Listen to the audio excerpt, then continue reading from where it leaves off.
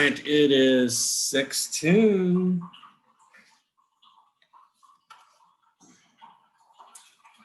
So how is everybody doing this wonderful Thursday? Everybody good? Just Good. peachy. Just peachy. All right. Well, it is 6:10 in the morning, so everybody's awake. That is good. Let me share my screen. All right, so guys, I've been looking at a lot of your recipes. They are really nice. I like them. If I had any problems with them, I would have at least said something to you or whatnot about it so far. So if I haven't really said anything, then or if I haven't like emailed you saying, hey, change this, whatever else, you should be fine. But I still have a few that I still need to look at. But I will look at that this afternoon and respond to y'all's. But please try to get that to me by the end of the week, by tomorrow or by the weekend for sure. Because we only have 2 more weeks of this class, and we have 2 more little things to get done of the project, and that is the costing of the project, costing of the recipes, and the other one is making the actual menu, creating the menu. And so those are the 2 sections left, and we're going to talk about costing out the menu today, or about menu pricing. And then the rest of the day, you're going to work on your menu. If you have gotten your menu, or if you've gotten your recipes done, then today you have a free day. Once I'm done with this, the rest of the class, whoever does not have it, all the recipes put together, then you need to work on that today.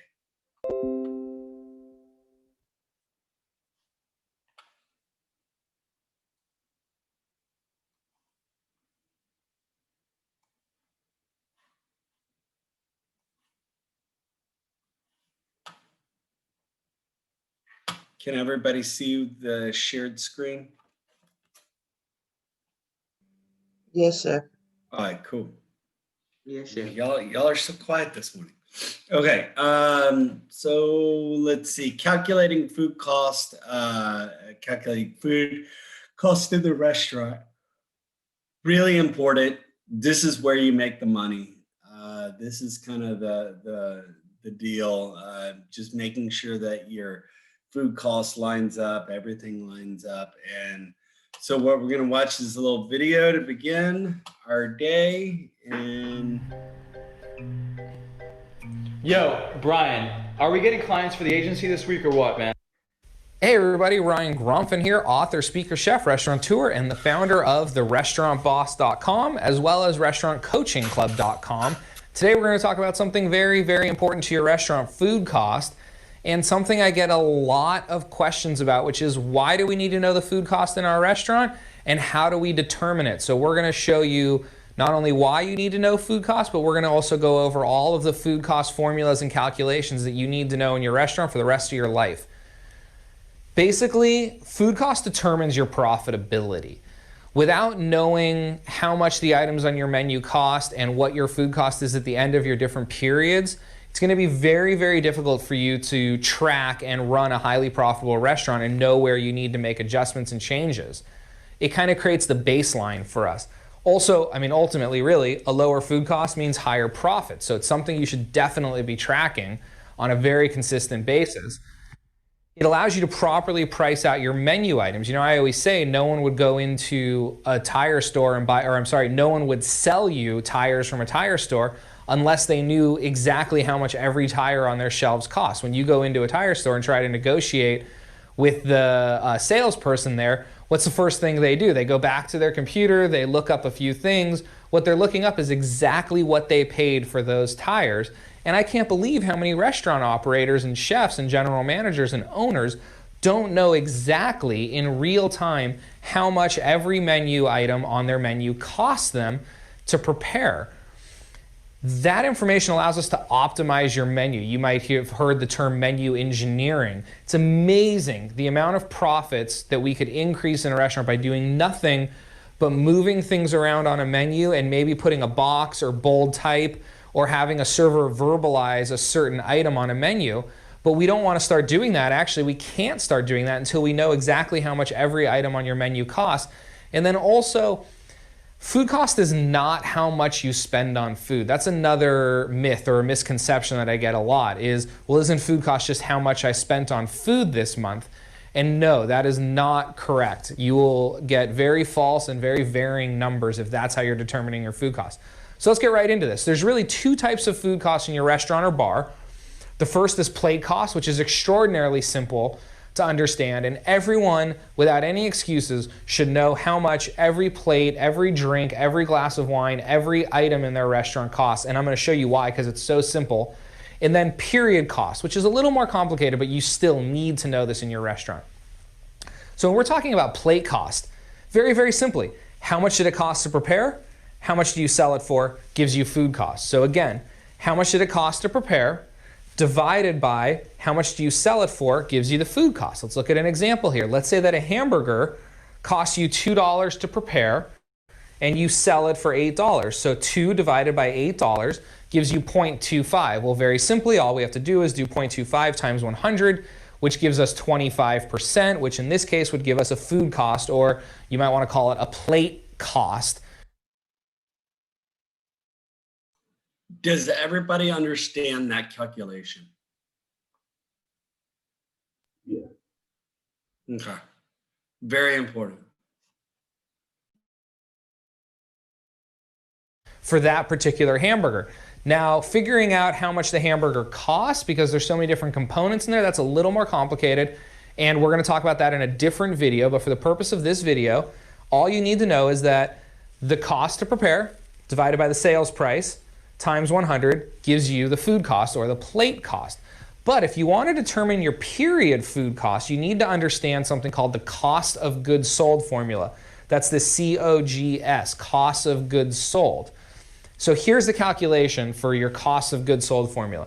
Beginning inventory plus purchases minus ending inventory gives you usage. That's how much food you used, or beer or wine or whatever you're figuring out, but that's how much you used in that period. And then, like before, now we take the usage divided by sales, which gives us a cost of goods sold, and then we take that and multiply it by 100, which gives us our percentage. So cost of goods sold formula can be used to determine the period cost for any category in your restaurant. Like I said, you could use this for, well, here's some examples right here. You can use it to determine your food cost, your beer costs. We're going to talk about that in a second. Your wine cost, your liquor cost, as well as your merchandise cost. Now, if you notice, I separated out beer bottled and draft, as well as wine bottled and by the glass.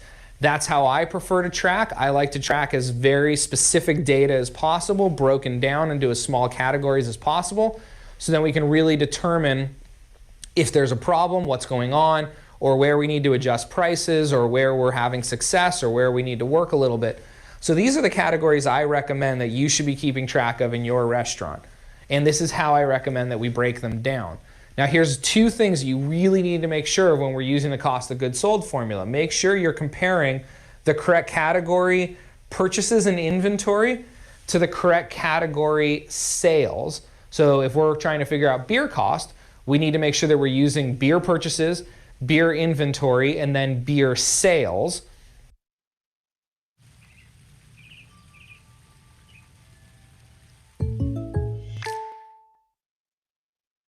Hey, do you want to know how we built a $50 million coaching company with just 140?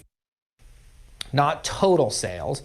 And then also, you need to make sure that you're comparing the correct inventory and purchases period to the correct sales period. Meaning, if we're, well here, let's look at this example.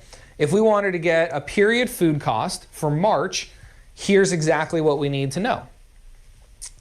So again, we're talking about March here. So we need to know the March beginning inventory And then we're going to add that to March purchases, and then we're going to subtract that from the March ending inventory, which will give us March's food usage. Now, people ask me a lot of times, how do we determine beginning inventory? Well, that's very simple. Beginning inventory is the ending inventory of the period before. So for March's beginning inventory, that's just February's ending inventory. So let's look at an example here. If beginning inventory was $5,000 in March and we purchased $24,000 in food, and then we took an ending inventory and we had $4,000 on our shelves, that means we used $25,000 in food. So now going back to that cost of goods sold calculation, we take our $25,000, which was usage, divided by March's food sales, not total sales, but March's food sales, because remember, food usage divided by food sales gives us 0.25. 0.25 times 100 gives us our 25% food cost. You can see I've got the formula down here at the bottom again for you. Let's just do a quick review. I just want to put this up on the screen for you. You can pause the video if you want to write this down again, but we're going to move on here.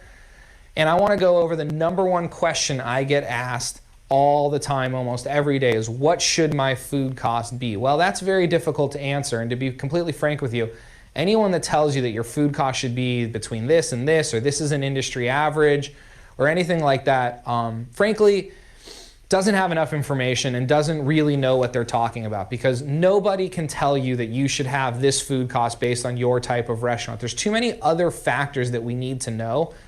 And if you're interested in learning more about what those other factors are, and then ultimately a formula on how to determine what your food cost should be based on this other information, please visit my website. That's therestaurantboss.com.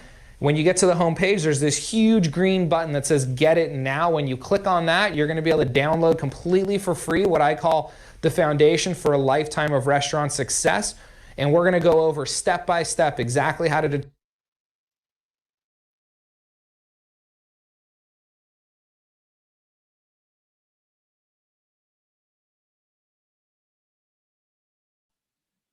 Right, so calculating a food cost is very important. Why? Just because of you need to know exactly what your costs are, so you can schedule out how many employees you need, how many, if you can keep, if you can, I don't know, buy more equipment if you want to do many things. So that there's a lot very important to make sure you always cost out your recipes and make sure that they're costed out so you know exactly how much money you're making, and what are your main sellers, what are your non-main sellers, and like you were saying, you can really change up, you can sell more by just moving things around, even on a menu. And we kind of looked at the research on how your eyes kind of move on a menu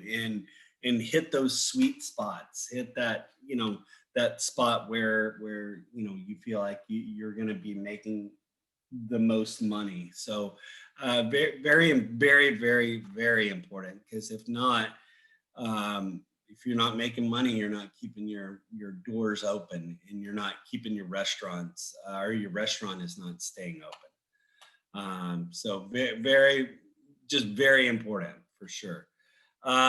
So how to run a restaurant, who wants to read this, running a restaurant? Someone read this. Running a restaurant means cooking on a much larger scale than a home cook would, making hundreds of dishes a day. In order to keep it running smoothly, you need to have standard procedures for making every dish, and you need to have all the ingredients and equipment involved in making your dishes in bulk. You must also decide how much to charge for each item on the menu, which you can figure out by determining how much it costs to make. Thank you. All right, so pretty simple. I mean, it's, you've just got to know how much it costs to make, plain and simple. And there's been many restaurants out there that I know of that guess, that don't guess right, that did it wrong, and they're don't have a restaurant anymore. So very important. running a small cafe, basically running really a business in general, but a restaurant is a labor of love. You're there all the time. It's a lot of work. You're busting your ass, and you want to make sure that you're making a profit. You're making you're uh, making enough money to keep your employees, to keep the doors open, all of that sort of stuff. Set up a business. You need to set up a business plan uh, in order to make it successful. You need to create a business plan so you know exactly step-by-step procedure of what needs to get done.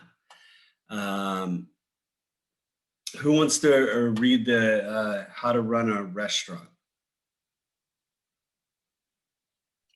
How to run a restaurant.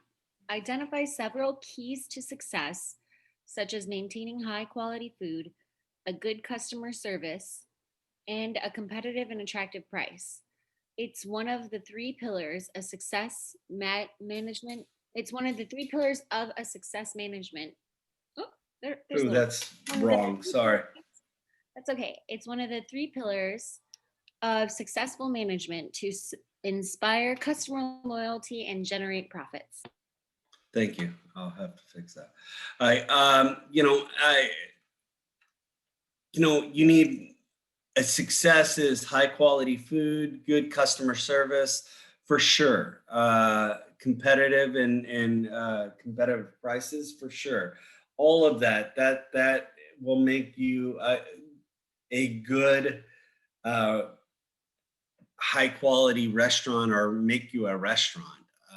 But again, high quality food, good customer service, and competitive prices, for sure. That's going to bring people in. Let's see. Developing a plan to ensure a good strategies, making sure that you have, and the decor, nice decor, nice prices. You've got a nice menu. You have maybe even advertised or marketing plans, marketing on Facebook, Twitter, YouTube, any social networking, Instagram, you name it. Developing a marketing strategy, but you're never going to get that word of mouth. I mean, that word of mouth is kind of the one thing that you want, and you try to get. That's the best marketing around, is word of mouth. But Twitter, all these other ones are good, but you're trying to get that word of mouth of people talking good about you and spreading it around. All of that's very important, and that's how you get a good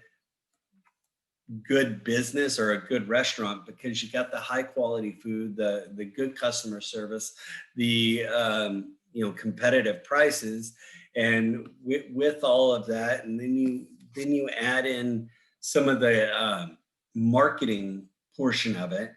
It's and the word of mouth and all of that good stuff. That's going to create a better, or a very busy restaurant, or a very busy business, if you will. Train your staff on evaluating problems, addressing problems, issues that might arise, for sure. I mean, anytime you want to you always want to train your employees to make sure that they can address problems that come up, or whatever else. Monitor the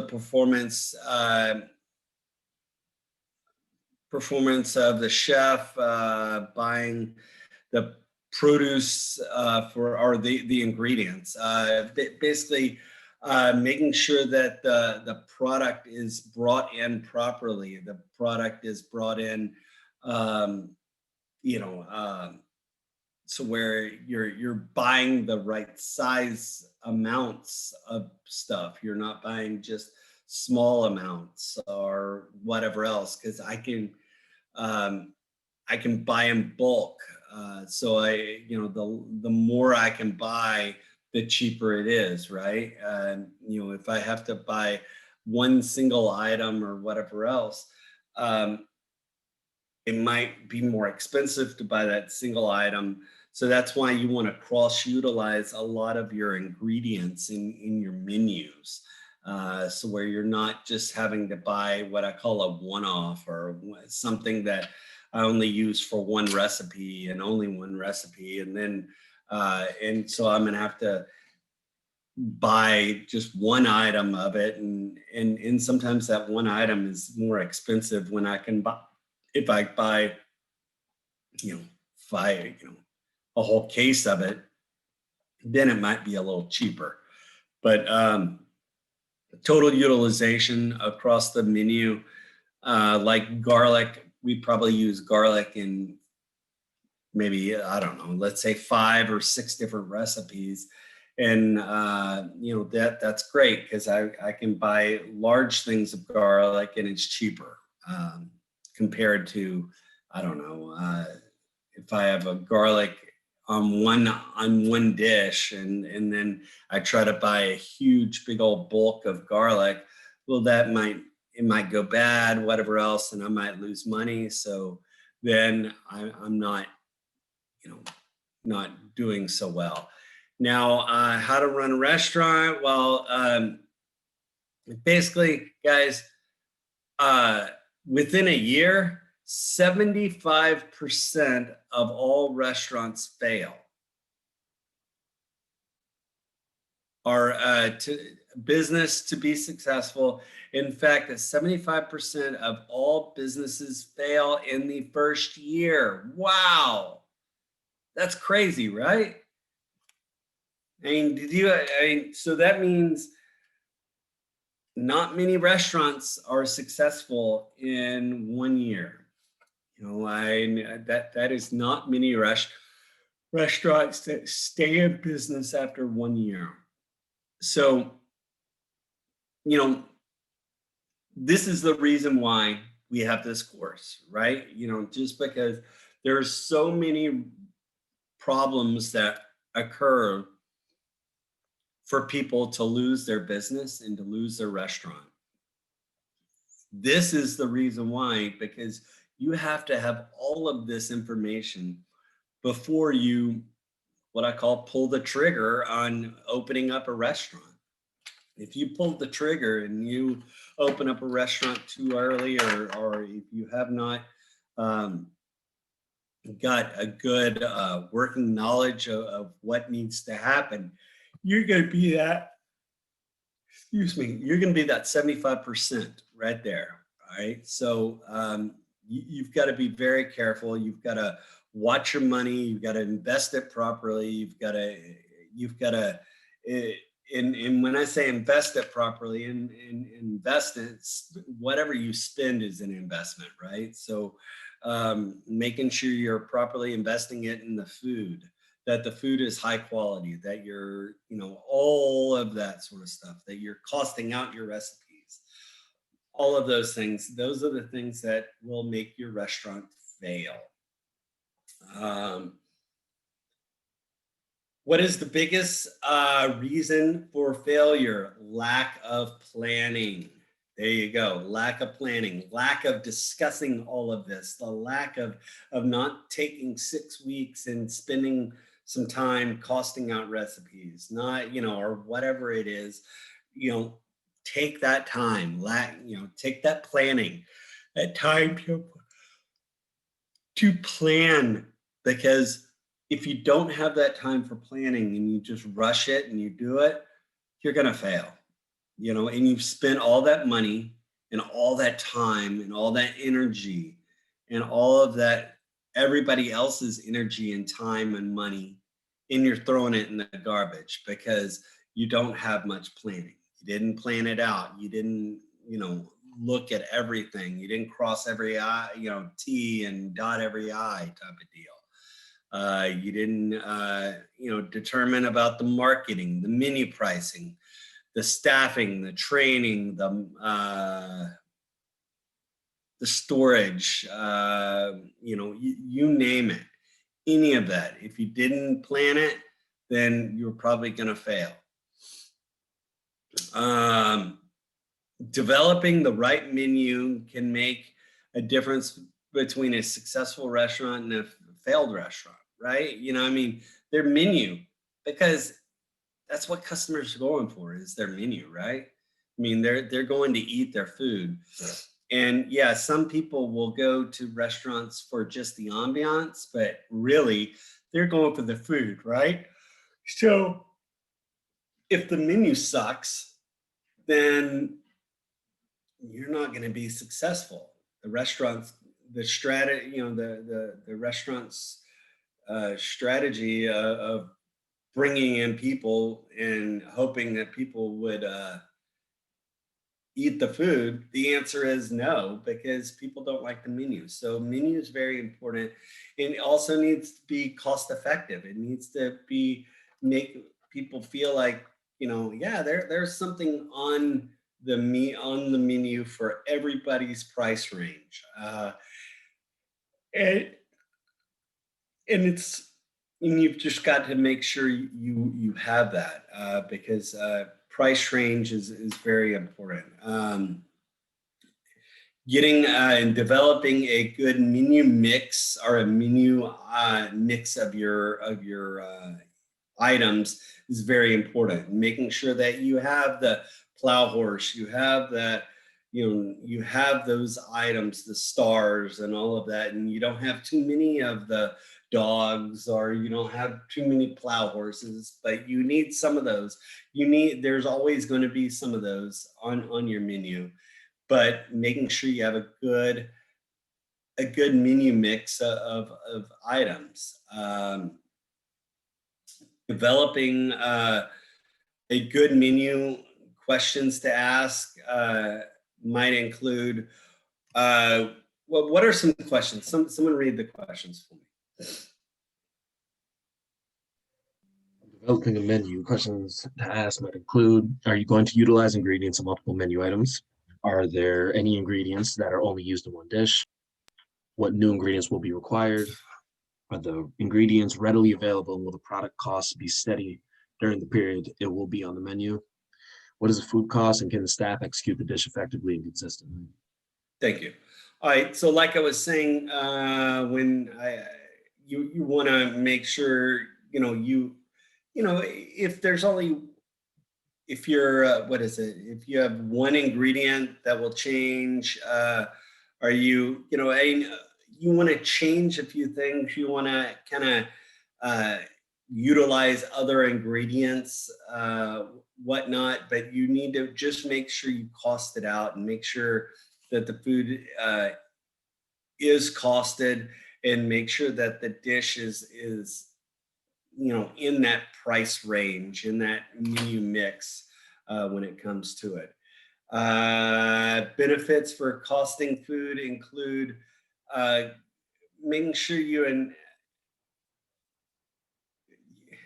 make sure you can pay people. You can pay for the menu.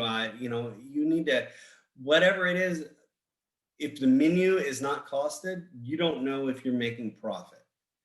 You don't know if you're losing money. You don't know anything. So it is so important to control your costs, and to make sure you know exactly what you're spending every time you're selling a dish. You need to know how much profit you're making, or how much loss you're making, or whatever else. You need that control. Unfortunately, it is what it is. And that's how I can determine how many people should come in, on an average, all of that good stuff. So People are paying paying that menu. They're paying for the price, right? They're paying the price, so make sure that we control those costs. Price, recipe. So here you go. These are the three important aspects of food costs. You got price, you got recipe mix, and you got tracking. We'll talk about that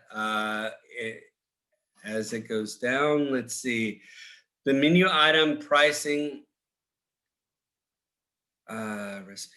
Oh, someone read this for me. The menu item, of course, is the owner's responsibility to go out in the marketplace and determine the competitor's pricing, what the market can bear, and to adjust those prices accordingly to remain competitive. The recipe mix involves the ingredients cost, what the food company charges you. So depending on the ingredient cost and the portion you use, that drives the cost of the recipe mix or menu item. Ongoing tracking provides a daily pulse of the business based on date range. It will give you food costs based on actual sales. Thank you. All right, so making sure that it's talking about the menu mix and all of that sort of stuff, but you need to make sure that the pricing, everything is kind of costed out of what the purveyors cost you, how much it costs you to get and produce, and let's see, talking about portioning, making sure everything's portioned out correctly, and all of those good things. And again, I'm going to skim this, but making sure, the menu, the menu items for the items, you're not actually bogging down certain stations, and making sure like the grill station is usually busier, so you want to kind of manage those a little bit, so where you're not bogging each stations down. Let's see. Food is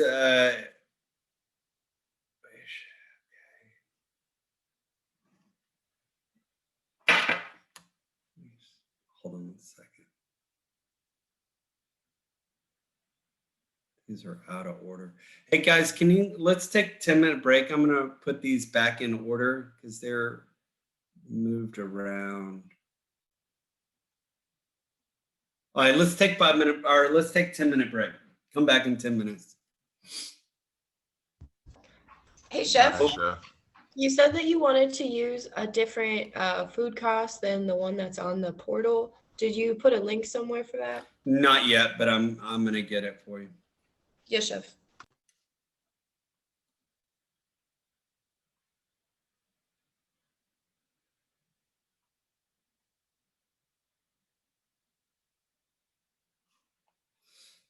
How did all this get moved around?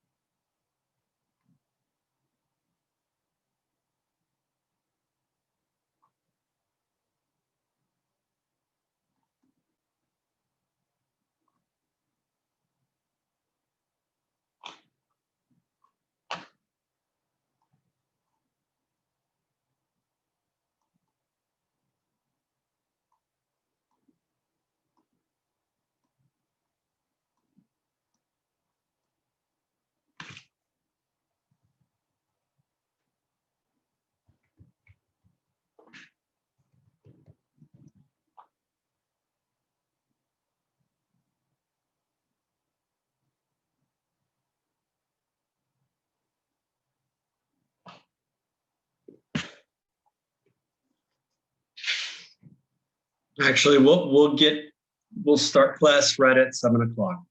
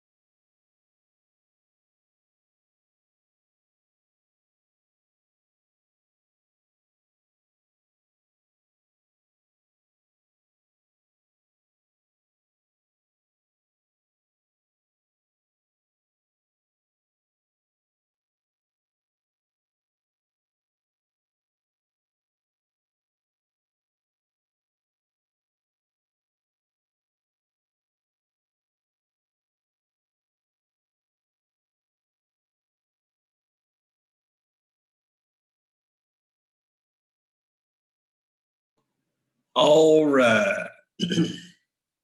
So let's talk about food cost. All right. So food cost is one of the most important things that impact the profitability of the restaurant. With a very small margins, like 3 or 5%. So there are made very, very small margins when it comes to making money or profit and bottom line, basically. So sometimes just a little change can really affect the bottom line. Like if some cost goes up, I don't know, and normally it's not that expensive, that could really change up and screw up your bottom line or screw up your profit.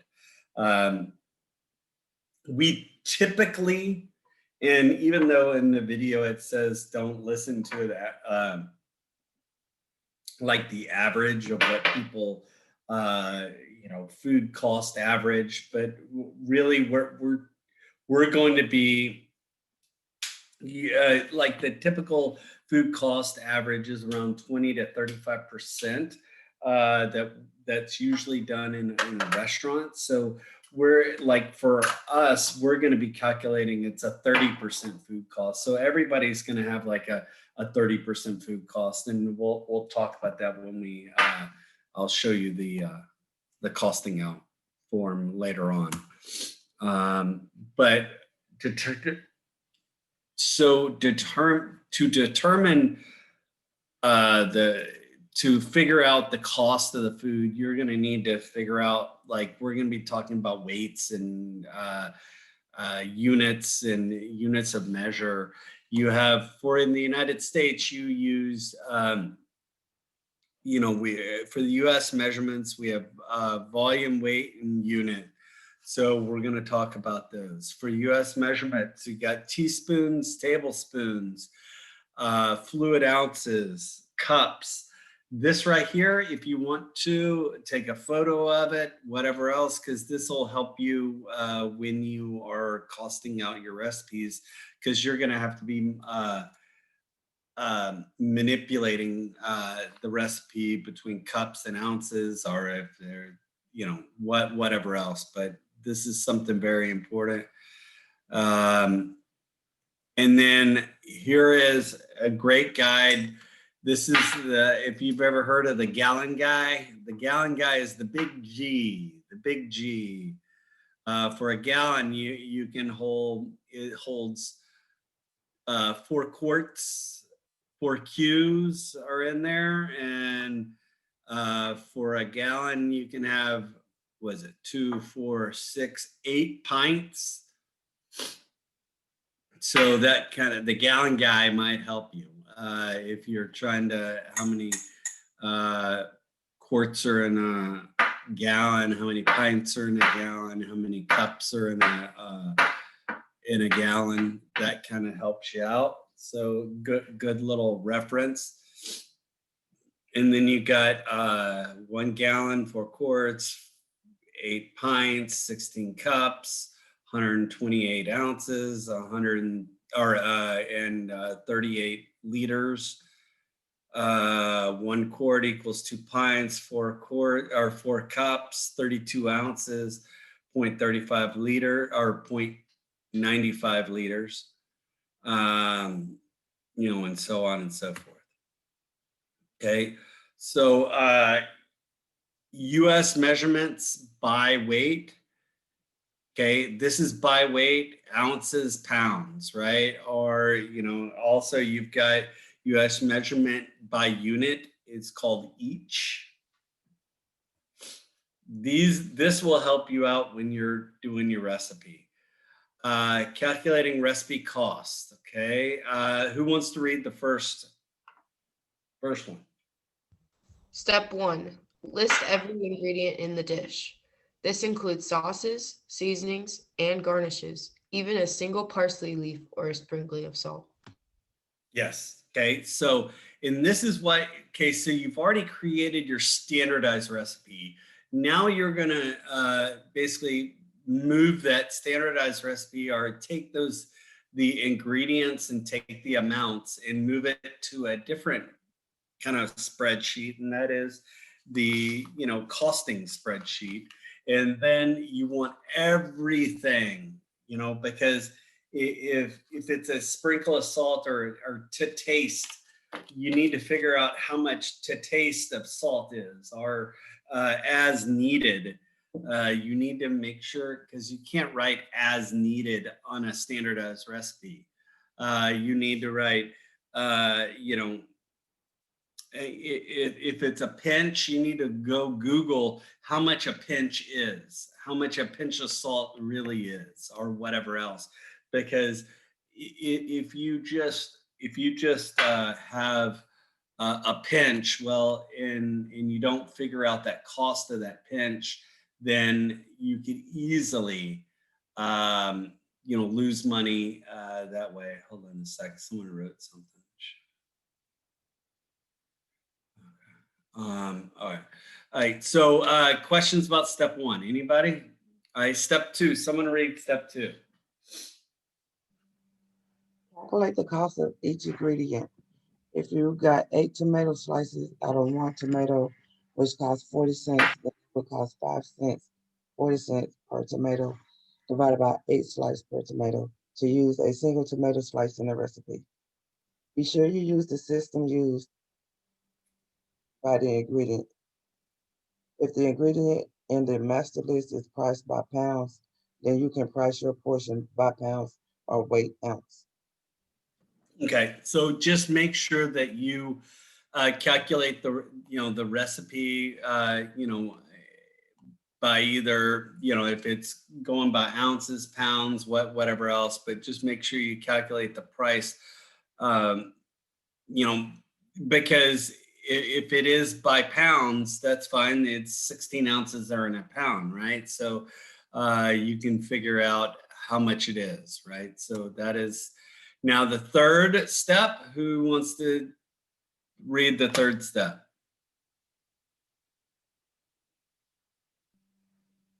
Add together the cost of each ingredient. Do not include labor costs. The result is the food cost of the menu item. Note, do not use unit of measure by volume to calculate cost by weight. Okay, now that right there, guys, very, very important. Volume, like for example, a cup of flour. A cup of flour, that's a volume, right? Or is that by weight? That's by volume. So you need to make sure you do it by weight. Okay, AP, and I'll explain this once we are. It'll be more clear once we get. I'll pull up the costing sheet. Okay, so calculating the food cost. You've got as AP cost equals as purchased, EP cost equals edible portion or anything that has been fabricated. So calculating, you need to kind of calculate the waste or the loss that you're losing, right? So if, for example, like a sirloin steak, you pay $12.99 by the pound, and you have 5 pounds, and that's $64.95. Everybody get that so far? So you got steak, that's $64, and that's as purchased, right? AP. After you clean and trim the piece, now that 5 pounds turns into 4 pounds, right? So the edible portion is $64.95 divided by 4. And that gets you $16.24. And that is how much, what, you lost, right? Or that's how much That's how much you lost. So you need to add $16.24. I mean, that really cost you $16.24 per pound. Does that make sense? So it was $2 or $12.99, but you lost about a pound, So you've got to cover that cost back in that you lost. So it really cost you $16.24 a pound instead of $12.99, because you still, that fat or whatever you threw away, you've got to cover the cost for that. Does everybody understand that? Yeah. Okay. All right. Your minimum price, or someone read this for me. Your minimum Heidi? menu price. Oh, go ahead. Sorry. You smoke. Minimum menu price is how much you must charge to make an item worthwhile, but you may be able to charge more. What are your competitors charging? By understanding what your competitors charge for similar items, you can gauge what menu prices the community will accept. You do not want to overcharge or undercharge, and you still want to make a profit, but you don't want to scare off business by price gouging. You're going to use a master price list given to you by your instructor as a database for your recipe cost. Thank you. All right, so I'll give you that in just a second. How to price your menu, it comes down to math, guys. It really just comes down to math. Making sure you just get it calculated. Determining menu price. How do you know how much to charge? You got to figure out your food cost, your portion cost.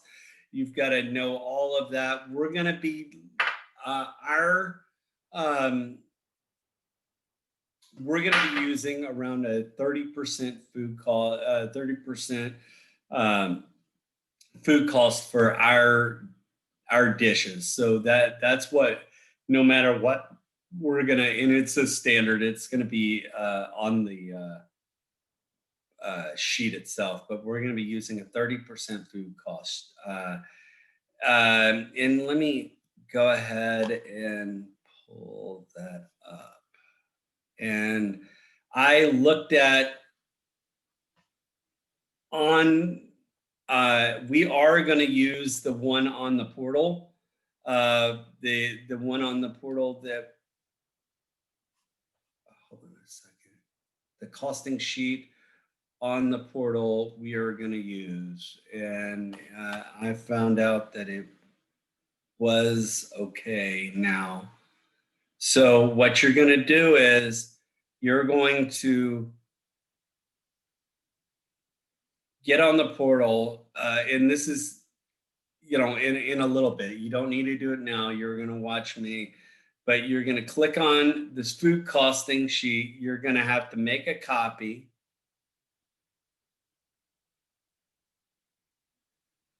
Does everybody see this sheet right here? The costing sheet?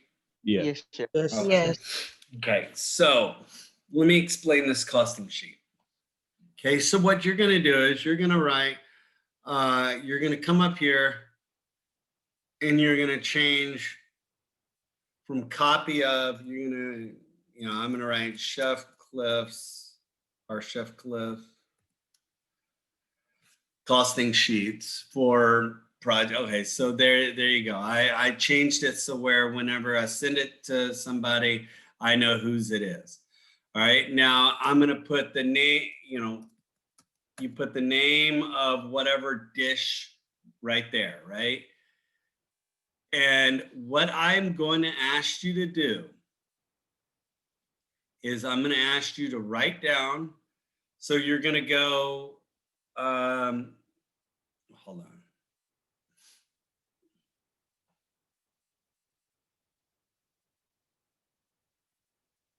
Guillermo, Yes, chef. can I use your standardized recipe form? Yeah, that's my thing. All right, thank you. All right, I'm gonna pull up Guillermo's standardized recipe form real quick.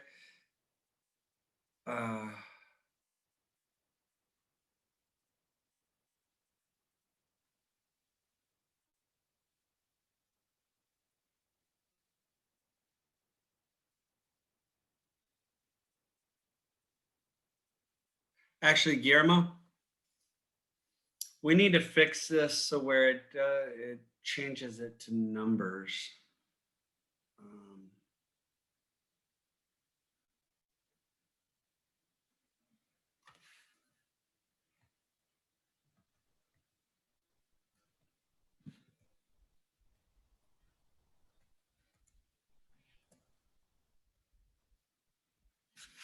Okay. So what we're going to do is we need to transfer everything from your standardized recipe, the ingredients, over to, where is my costing sheet? There we go. To this costing sheet. So you're going to need to type in every ingredient. So what I want is after everybody is done with doing their standardized recipes, you need to go type every ingredient in to this area right here. You need to determine if it's by weight, by volume, by count, or by unit. And if it's by unit, you do 5 units or whatever else. But you're going to put your unit and then you're going to put the price of whatever product. Let's say, let me find an example. But today, y'all do not need to do this, but this is kind of what we're going to be doing. Tomorrow, you're going to start working on getting this done. Okay. Today, I want everybody to finish up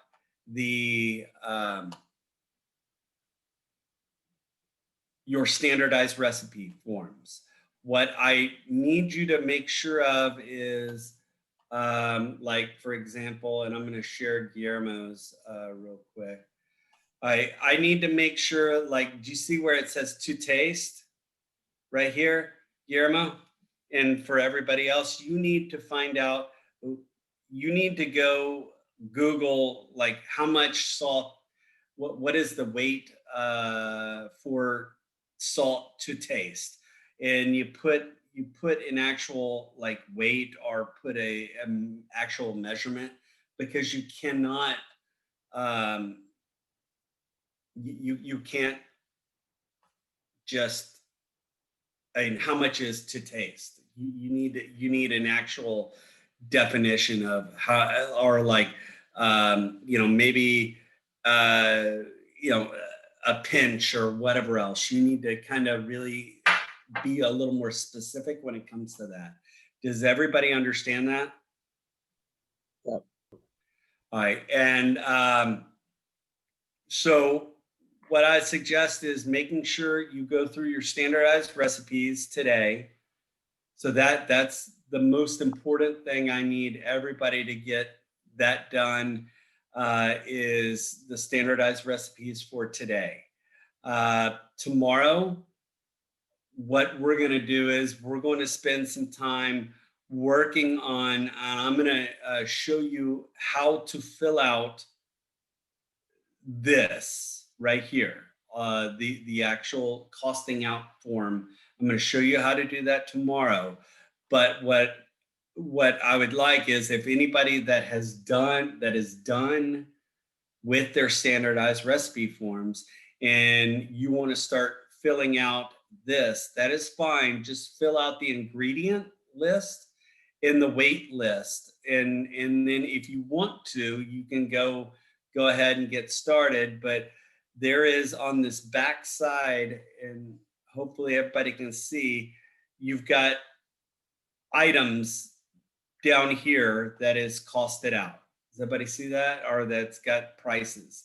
Now this is does not have every price of every ingredient around. My suggestion would be get on to HEB, get on to whatever else, and you can search up prices, and you can get the prices, and you can put the prices in the actual recipes. It's in there. So however much, I don't know, if it calls for buffalo and we don't have buffalo on that list, go look up what a buffalo steak costs and put the price in there per pound or per ounce or whatever else. Does that make sense? Yes, sir. Yes, no? All right. Yes, sir. Yes, All right. chef. So for today, I'm gonna kind of be online. You don't have to stay online, but if you wanna, you can pop in, pop out if you want to, do whatever. But I need everybody working on the standardized recipe forms. If you've done that, you can start working on transferring your data from your standardized recipe form over to your food costing sheet, if you would like, to get that started. But those are the things I need done. In any other homework that you have not gotten turned in to me needs to be turned in to me in the next couple of days, today, tomorrow. But I would like to be everybody to be in one spot, and that is costing out recipes starting Monday. So I want everybody to kind of do what they can to get to kind of this point where the standardized recipes are done and you have all your ingredients listed in the weights listed on this costing form. Does everybody understand what I want for like Monday? Yes, chef. All right. So I'm going to give you the rest of the day to do it. You don't have to, I'm not requiring you to stay online at all. I'm going to have my iPad and I'm going to kind of, while I'm doing some stuff around the house, I'll have it on. And if you have any questions, you can ask me. But today and tomorrow, I'm going to lecture a little bit, and then I'm going to get you to finish your work because it's important for you to get all that work done. Cool? Yes, Yes, chef. sir. Thank you. Rock and roll. So y'all have a good day. If you want to stay here, you can. If you don't, you don't have to. But I want that stuff done. Please, please, please. Y'all are doing great. We're on the downward slope. We're almost done with this class. Y'all are doing good. Just keep up the good work, all right? Thank Hi, you, sir. Chef.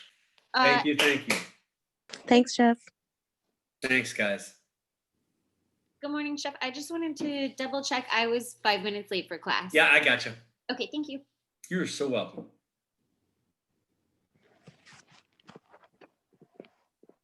Hey, chef, I do have a question. Yesterday they sent a text message about our knives, but when I tried to click on the link, it said I need permission. Need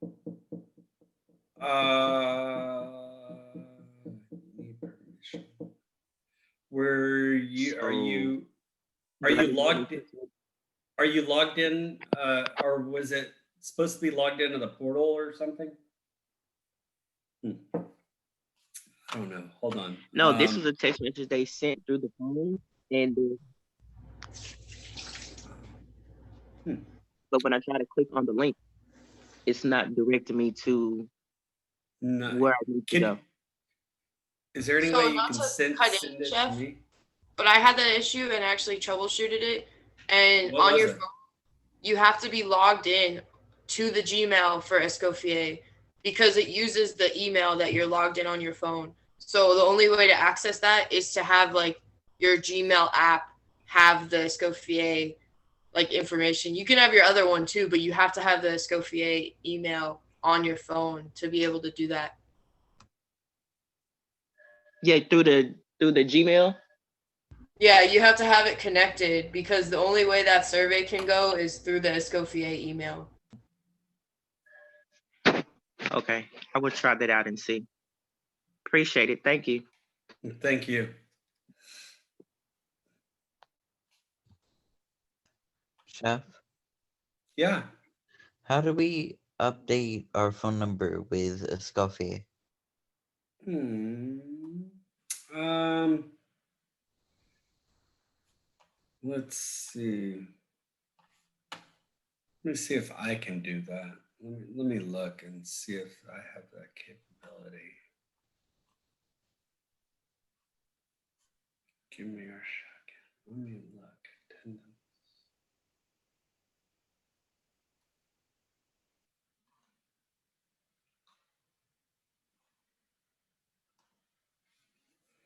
Who was that was talking to me? Anyway, I didn't even see who it was. It's me, Chef Austin. Okay, thank you. Let me look.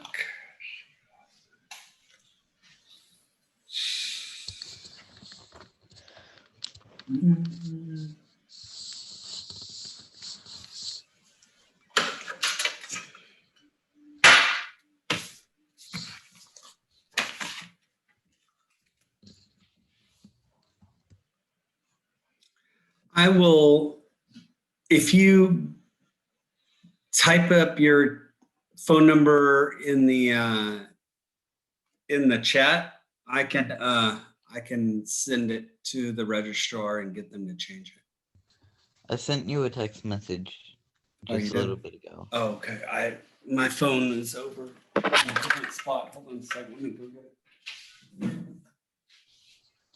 Oh, I got it. Yeah, thanks.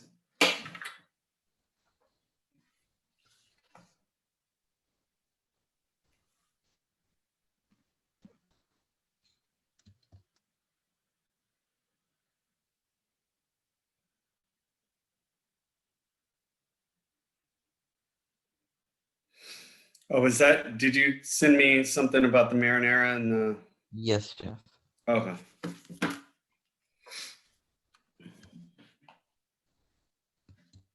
No, you don't have to do the marinara and the tartar sauce. That was just something I was trying to get y'all to understand how to write up a standardized recipe for. Gotcha. And then what if one of our recipe uses like tartar sauce? Oh, then go ahead. Okay, Then so I would make it then. okay, perfect. Thank you, Chef. Sorry, I didn't realize. Okay, I just sent an email to the registrar, and I'll see if we can get that fixed. Thank you, Chef. You're welcome.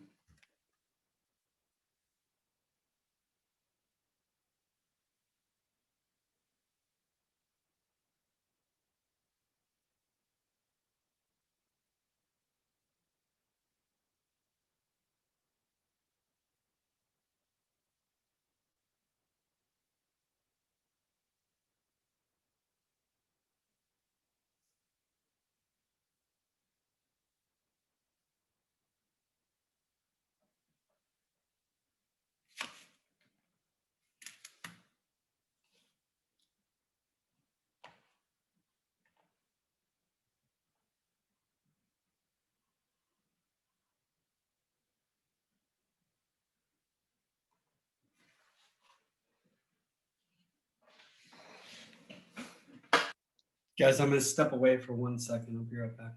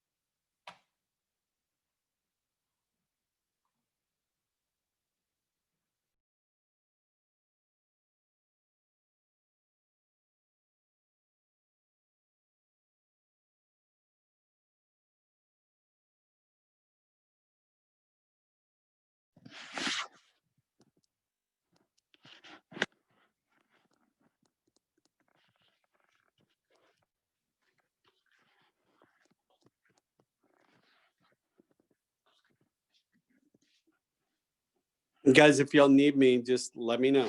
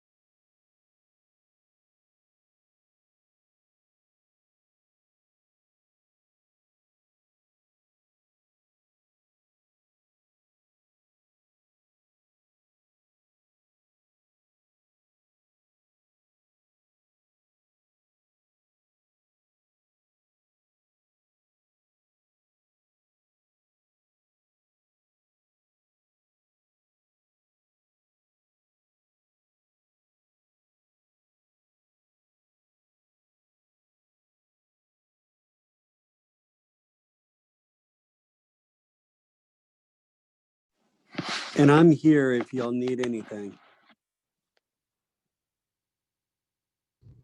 Hey, good morning, Chef. I was here, but I didn't hear nobody. Yeah, I know. Chef? Are you good? Chef. Hello? Anybody? Chef. What the fuck, bro?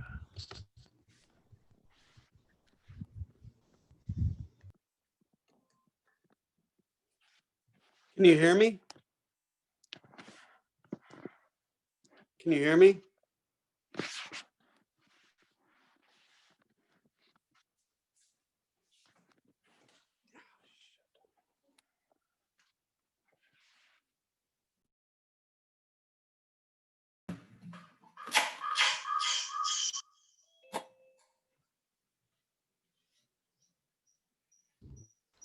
Hey, Chef. Hold on. Can you hear me? All right, can you hear me?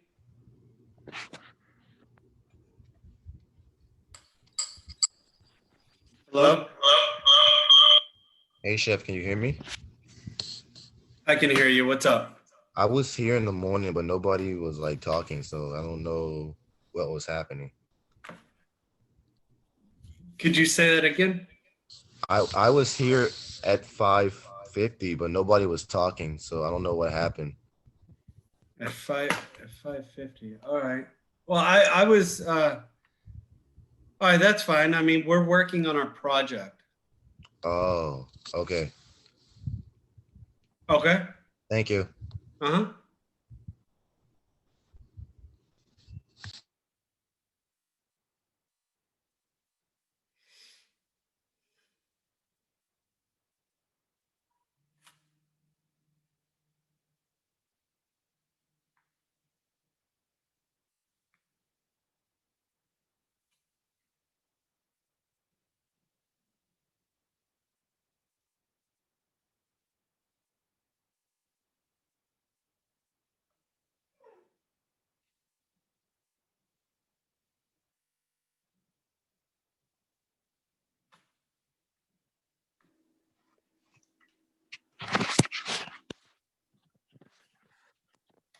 Can you hear me?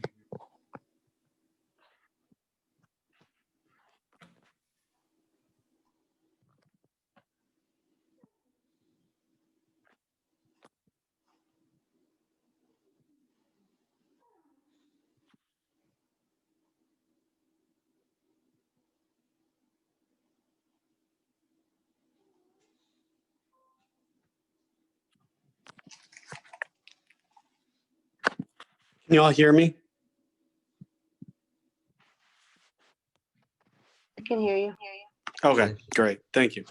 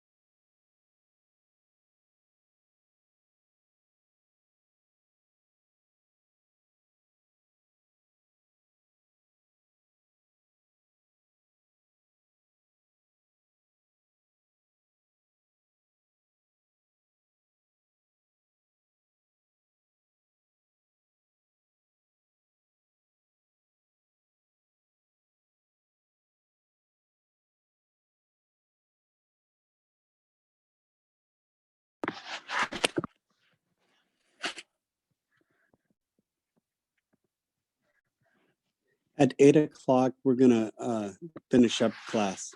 We'll be done.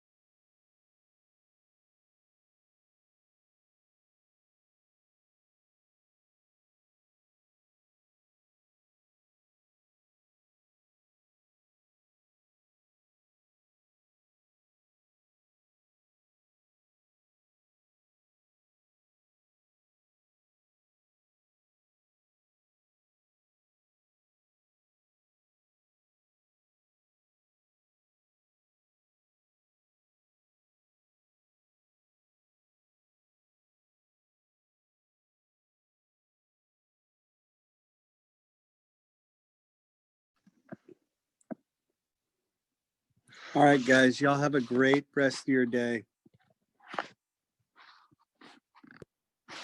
Bye, Chef. You as well. You too. See you tomorrow. See you tomorrow.